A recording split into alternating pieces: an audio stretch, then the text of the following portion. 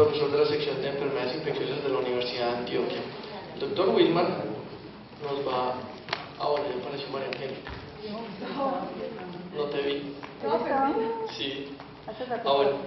Entonces la doctora María Angélica, quien es internista infectóloga de la Universidad de Antioquia y profesora de la sección de enfermedades infecciosas de la misma universidad, nos va a hablar sobre el paciente con infiltrados pulmonares nuevos y falla ventilatoria.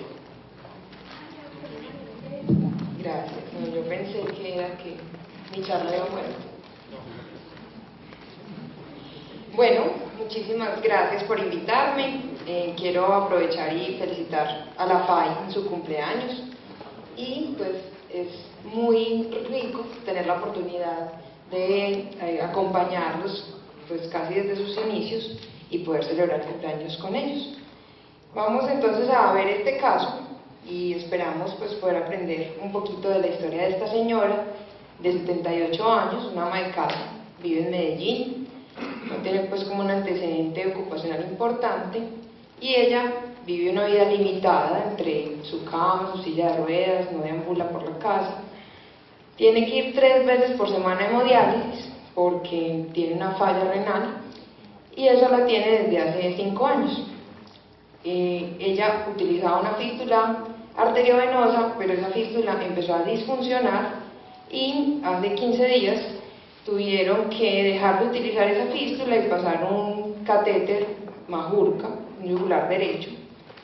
Pero ese catéter pues finalmente tampoco daba un flujo muy adecuado. Ella es diabética, tiene un manejo con insulina, es hipertensa, dislipidémica, pues todo lo enfermedad endovascular que esto deriva.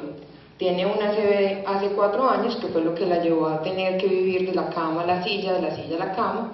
Tiene una hemiparesia derecha, tiene una falla cardíaca con una fracción de eyección del 40%, una cardiopatía diabética, tiene hipertensión pulmonar, usa oxígeno en el hogar y tiene un marcapasos que le tuvieron que implantar en febrero por un bloqueo aóreo. Como ven, pues tiene todo un arsenal de enfermedades encima, lo cual la hace muy débil y no es una persona que se defienda fácilmente hacia un estrés metabólico oxidativo.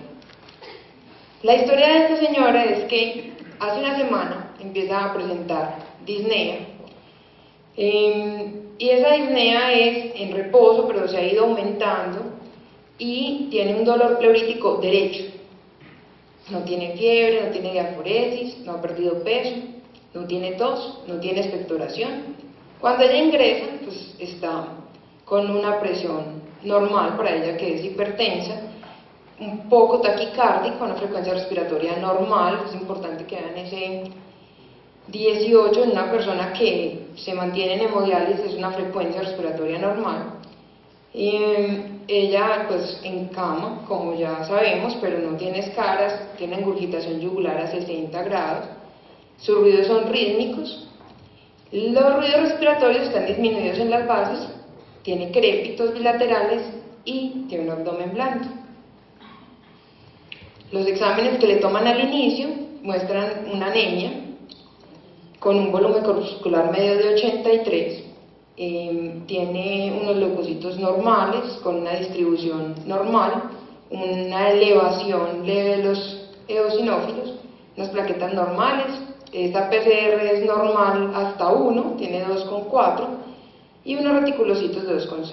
Le toman una radiografía de ingreso y pues como es usual que pase, la radiografía se quedó en alguna parte de urgencias, nadie responde por ella, no aparece, pero lo que dice en la historia que alguien escribió es que había un mínimo derrame pleural izquierdo y una cardiomegalia. Bueno, la señora la hospitalizan, probablemente piensan o que tiene una falla cardíaca descompensada o que está mal dializada y empiezan su terapia con diuréticos, sus antihipertensivos, etcétera, etcétera. Y al día 8 de hospitalización, la señora iba bien, pero 6 horas después de la diálisis empieza con disnea, que empieza ahí en ese momento. O sea, ella ya había mejorado un poquito de la disnea que traía de la casa, pero ahí empieza a aumentar la disnea estando en la cama de hospitalización, no tiene tos ni diaforesis, pero empieza a desaturarse, empieza a bajar la saturación, no hay fiebre, y llaman al médico que está de turno en urgencias. El médico sube, pues probablemente cuando la revisa no tiene la menor idea de todo esto que ustedes ya saben, y la encuentra taquicárdica, mucho más hipertensia de lo que les mostré cuando ella llegó al hospital, con una frecuencia respiratoria mucho mayor, 26, y saturando 78 con un Venturial 35 que ya la enfermera le había iniciado. Tenía tirajes intercostales y una disminución de los ruidos respiratorios en las bases. Entonces el médico pues se asusta, ve a una señora que está entrando en falla ventilatoria y lo que hace es decirle a la enfermera: no, tráigame una máscara de no reinhalación, venga sangre esta señora urgente, vamos a hacerle unos rayos X portátiles urgente y vamos a pasar a esta señora a unidad de cuidados intensivos. La nueva placa que le toman a la señora es esta. Entonces les voy a dar unos minuticos para que la observen bien, la observen detenidamente, miren, al final pues como que no le tomaron portátil sino que le tomaron API lateral, para que ustedes tengan una mejor observación. Y la primera pregunta para ustedes es: ¿usted diría que esta radiografía tiene un derrame pleural derecho de infiltrados alveolares en base izquierda, una consolidación basal derecha, un derrame pleural bilateral e infiltrados intersticiales en ambos campos pulmonares, o una consolidación basal derecha e infiltrados intersticiales en ambos campos pulmonares?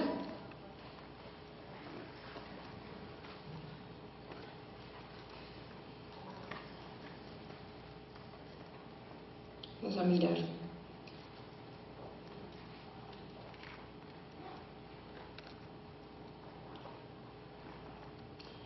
Bueno, entonces, según esto, ustedes piensan que tiene un derrame pleural bilateral e infiltrados intersticiales en ambos campos pulmonares, el 50% de los que están ahí, pero lo que es importante de esto es mirar las respuestas heterogéneas que hay.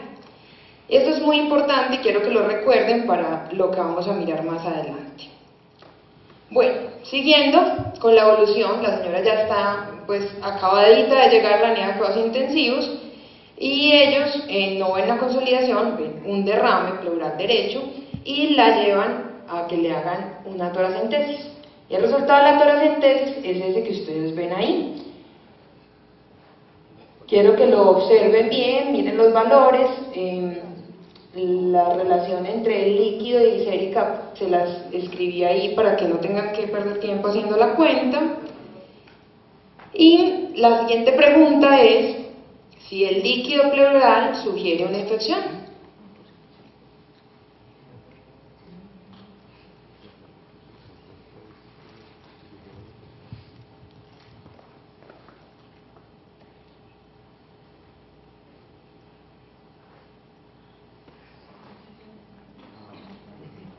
Bueno, entonces, miren, muy bien, sí, el 43%, no el 46%, bueno, y hay un pequeño porcentaje que no sabe, pero vemos que también hay una, pues, grandísima heterogeneidad en la respuesta. Entonces, una de las cosas que es muy llamativo siempre cuando nos enfrentamos a un paciente es, uno, que casi nunca sabemos qué tiene, porque algo que hemos perdido la capacidad de hacer es hacer el trabajo de llegar a un diagnóstico y comprometernos con él.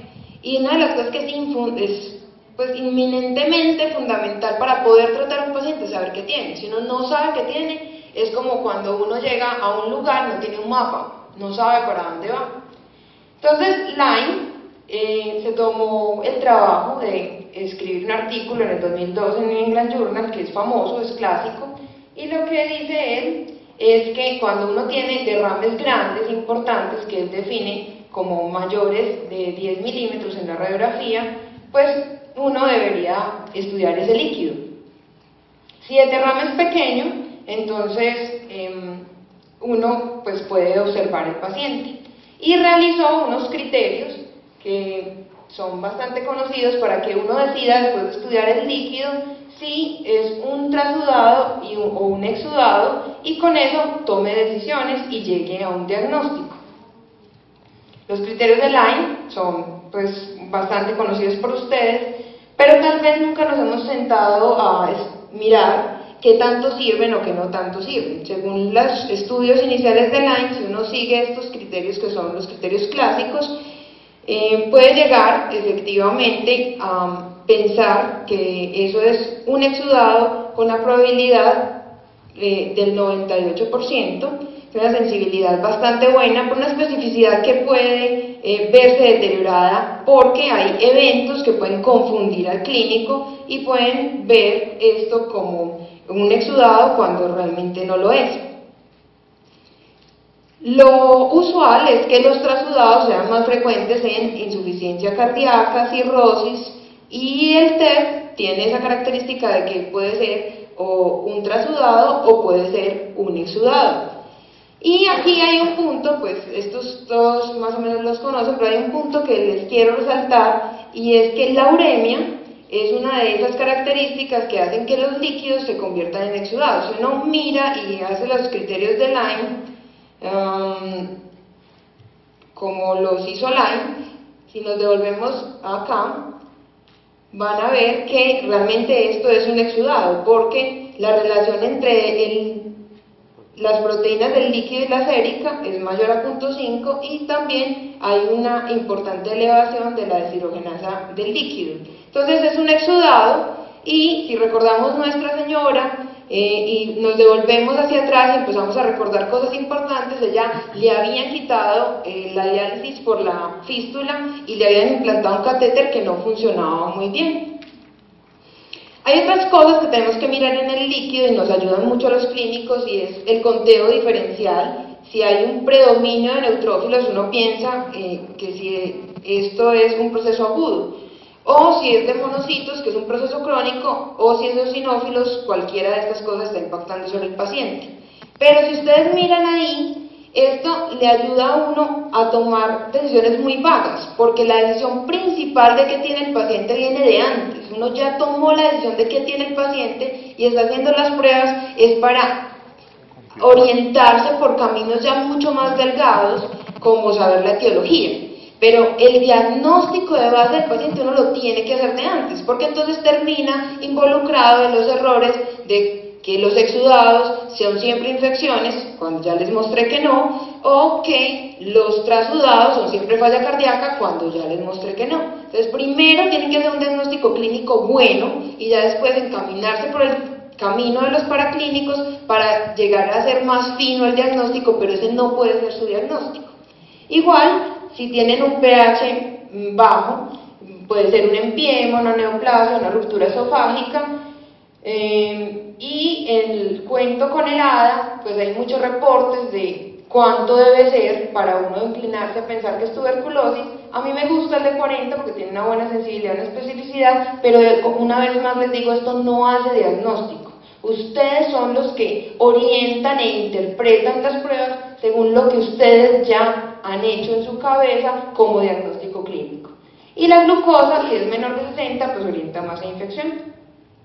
Ok, entonces esta señora, volvamos a ella, está en la unidad de cuidados intensivos, los doctores todavía no tienen un diagnóstico y empezaron por el camino que yo les digo que no recorran, que es empezar a hacer pruebas diagnósticas sin saber qué tienen. Y tiene entonces esta señora tal vez una neumonía asociada al cuidado.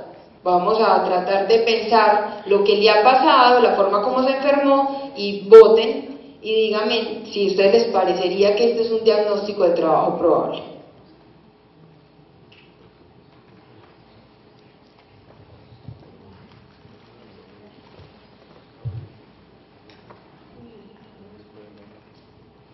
Muy bien, entonces, más o menos la mitad piensa que sí, la mitad piensa que no. Eso generalmente pasa en las unidades de cuidado intensivo. Entonces vienen los problemas en el diagnóstico. Esta es la diapositiva más importante de la charla, es la única que les debería mostrar, porque esto es volver a lo básico, que es lo que se nos ha olvidado. Cuando uno tiene que ver un paciente con una infección, en el caso que nos trae aquí es infección adquirida o en el hospital, o nosocomial, o asociada al cuidado, de la forma como ustedes le quieren decir, siempre hay que hacer los mismos 3 pasos, los mismos. Volver a revisar la historia desde el principio, eso quiere decir, vaya, vuelva y enfréntese al paciente, si el paciente ya está tan enfermo porque usted todo lo ha hecho mal hasta ahí, entonces vaya a buscar al familiar más cercano, al que lo cuida o al que se encarga de él, para que vuelva y reconstruya la historia. Haga un buen examen físico necesita un foneto, un equipo de órganos, unos guantes para examen genital, una otoscopia. Un buen examen físico es un buen examen físico como el que hacíamos en semiología, y luego sí, hágase un diagnóstico de trabajo, y con ese diagnóstico de trabajo haga pruebas de imágenes. No lo recorran en otro sentido, porque no van a llegar donde es. Esto solamente tiene una forma de hacerse para poder llegar al diagnóstico correcto y a una terapia correcta. Cuando esta señora, recuerden, no tenía fiebre, pero cuando hay fiebre involucrada la cosa se vuelve peor. ¿Por qué? Porque la fiebre tiene múltiples causas, unas de origen infeccioso, otras de origen no infeccioso, ahí se las puse para que recordemos, y si uno trata de orientar la paciente por paciente con fiebre, eso no llega a ninguna parte. Es un capítulo inmenso en el cual usted tiene 1000 caminos que recorrer y se va a perder. Entonces, este no es el camino a recorrer. Vuelvan a otra vez lo mismo. Interroguen bien al paciente, examínenlo bien y según lo que encuentren en su diagnóstico de trabajo, pídanle los exámenes que son. Entonces, ¿cómo se hace un diagnóstico de neumonía nosocomial o presunta neumonía nosocomial en un paciente que ha estado hospitalizado? Porque yo esperaba que la mayoría dijeran neumonía, que es el diagnóstico usual de todos los días. Entonces, aquí hay otro camino que recorrer. Entonces, porque bueno, si la cosa es hacer el diagnóstico clínico, ¿cómo lo tengo que hacer? Entonces hay un primer punto fundamental. Hay que valorar cuidadosamente el tiempo. ¿Qué es el tiempo? Hay que volver donde el paciente y tratar de concretarlo. ¿Cuánto tiempo se demoró usted en ponerse disneico? ¿Cuánto tiempo se demoró usted en tener tos y llegar a la tos tan horrible que tiene en este momento? A veces no es fácil. Dependiendo del nivel cultural del paciente, o de si es una señora de esas carretudas que le encantan y le canta a uno hablar, pues uno se puede demorar mucho. Pero hay que aprender a adquirir habilidades para concretarlos y poder saber si fue de instauración rápida o de instauración lenta. Ahora, lo segundo, ¿cuáles son las circunstancias en las que usted llegó a esa disnea? ¿Cómo fueron? Entonces hay muchas formas. O sea, yo puedo llegar a disnea porque estaba en un evento pasional y terminé con una disnea terrible, ese es un evento. O otro fue que a mí me empezó una gripita y me fui poniendo con más dificultad respiratoria y después ya no podía respirar y se me oprimía el pecho. Entonces, ¿en dónde estaba? ¿Cómo eran las circunstancias de ese momento? ¿Dónde me enfermé? Porque no es lo mismo que yo haya tenido síntomas respiratorios de instauración subaguda, pero me enfermé en La Guajira, a si me enfermé en Fredonia. Entonces son dos cosas diferentes.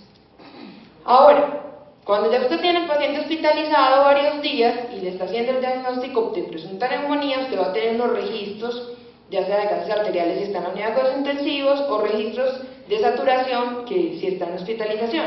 Usted tiene que tomar esos registros y seguirlos, porque la paciente llegó con una saturación y ahorita tiene otra. Y como las enfermedades son muy juiciosas y le miden la saturación por la mañana y por la tarde, usted va a tener una linda curva que le va a orientar si la desaturación fue aguda o la desaturación viene progresando desde hace días y nadie se ha dado cuenta.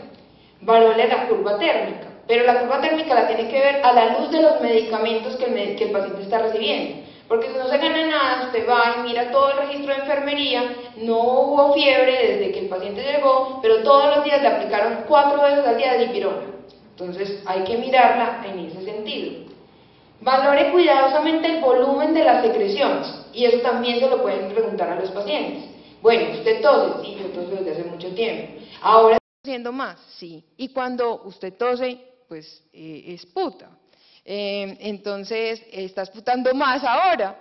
Y los pacientes le pueden ayudar a eso. Ahora, si está en la unidad de cuidados intensivos, si el paciente está en ventilador, entonces hay que hacer un